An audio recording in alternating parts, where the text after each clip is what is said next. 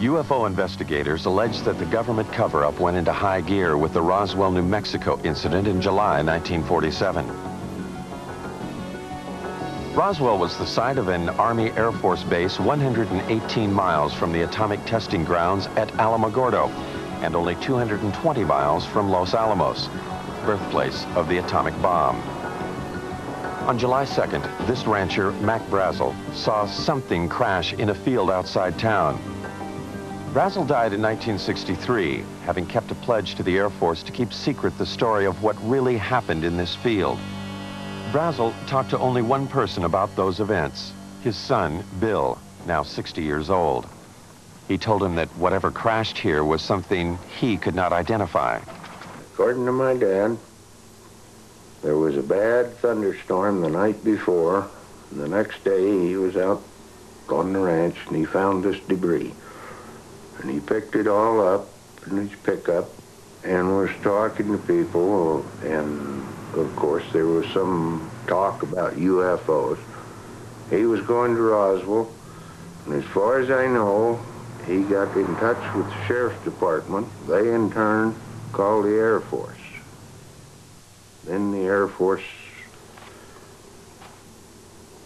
got with Dad and swore him to secrecy, and they came out to the ranch and picked up this debris. Major Jesse Marcel, the chief intelligence officer at the base, was assigned the task of collecting the debris from the crash site.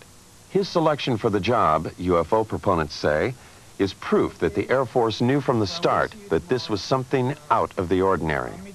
Marcel tells us what he found in that field. None of the materials that we picked up weighed anything. Looked like it was weightless.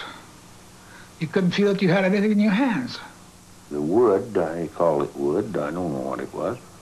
It was something like balsa wood, but it wouldn't burn, and I couldn't cut it with my knife. I found one piece of metal, what looked like metal anyway. It was not flexible, but it was as thin as a foil of a pack of cigarettes. It was that thin. One of my boys told me, he said, there's something unusual here. He said, I tried to make a dent in this metal, but he says, you can't bend it. You can't make a mark on it. He says, I took a sledgehammer and whammed it. I put it on the ground and whammed it. The sledgehammer bounced off of it. When Major Marcel reported his findings to officials back at the base, they issued a startling press release. They had a flying saucer. The next day, Major Marcel was assigned to take the remains of the crashed objects to Wright Field in Ohio for further examination. However, the plane landed at Carswell Air Force Base in Fort Worth, Texas. General Alfred Ramey took one piece of the object off the plane and called a press conference. Then Major Marcel was given different orders by Ramey. He was not to continue on to Wright Field. He told me not to say anything. He says, I'll handle it from now on. And that's exactly what he did. When he came out, he said, he told the press that was there, he said, that was nothing but a weather balloon, crashed weather balloon. Marcel, under orders not to say what he believed, only recently spoke out against the Air Force's revised story. It was definitely not a weather balloon. And it was an aircraft. So what it could have been, I wouldn't know. I still don't know. Mac Brazel, who had a rancher's knowledge of such things, told his son that, like Major Marcel, he knew the object was not a weather balloon. He said that's what the Air Force tried to make him believe, that it was a weather balloon. He said, Bill, he said, it was not a weather balloon. He said, I don't know what it was. But he said it was something altogether different and much bigger. If extraterrestrials are good. Philip Klass, a military expert, disagrees.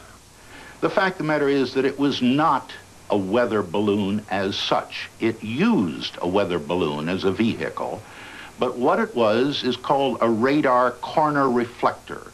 It's an object that is roughly hexagonal, so that it can be tracked by radar, and no matter what angle this hexagonal thing is pointing, it always returns a strong radar echo. So the object was not a weather balloon as such, but it used a weather balloon to hoist it. If the object were only a weather balloon, UFO proponents say, then why did the Air Force pledge Mac Brazel to secrecy? And why did the Air Force pursue his son in the months that followed? Only 22 years old at the time, Bill could not help but be intrigued by his dad's discovery of the strange materials in this field. He searched for and found some remnants of the crashed object. And I was talking about it. I went into Corona, and I was sitting there in a beer joint, and of course, my friends was asking me if I'd found any more or anything like this, and I said, well, I'd picked up a few scraps, about a cigar box full, and somebody, I don't know, must have informed the Air Force, because first thing I know, I have visitors, and they say they'd like to have this material. And they didn't tell me they'd confiscate it. They just said, well, like we're going to have it one way or the other, you know. What Bill and his father found was taken to what is now called Wright-Patterson Air Force Base.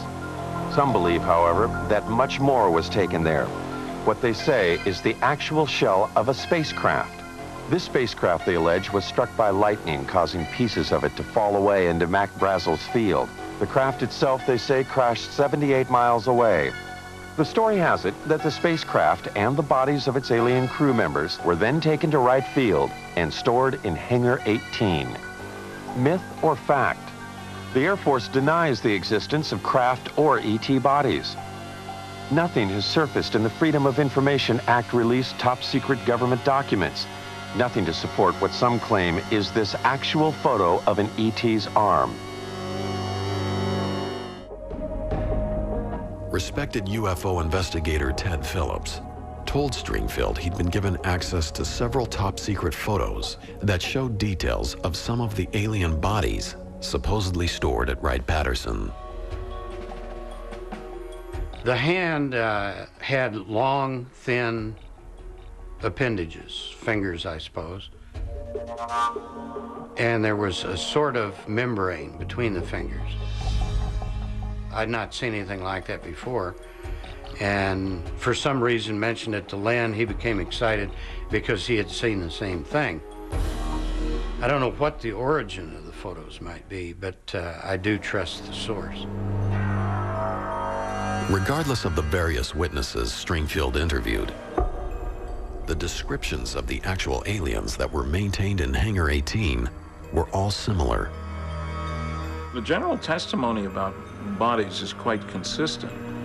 Little guys, big heads, relatively long arms, upper arm longer than the lower arm, which is the reverse for us. 4 long, skinny fingers would have made a good violinist, as one witness said. Slit for a mouth, no visible teeth, not really a nose, but 2 little holes, holes for the ears, big eyes for body size, short guys, little guys, little gray men if you want, not green, gray. I have heard that there were live aliens kept alive for a certain period of time, maybe years after Roswell, let's say. Now, they would certainly have done all kinds of testing on them. If you hit a body of an occupant of a crash flying disc, you would definitely autopsy it and try to figure out how its physiology was different than that of humans, how its DNA was different than that of humans. In some pretty advanced investigations, I'm sure. Now, if this was coupled with analysis of test results from live aliens, then you'd really have a very exciting biological study project.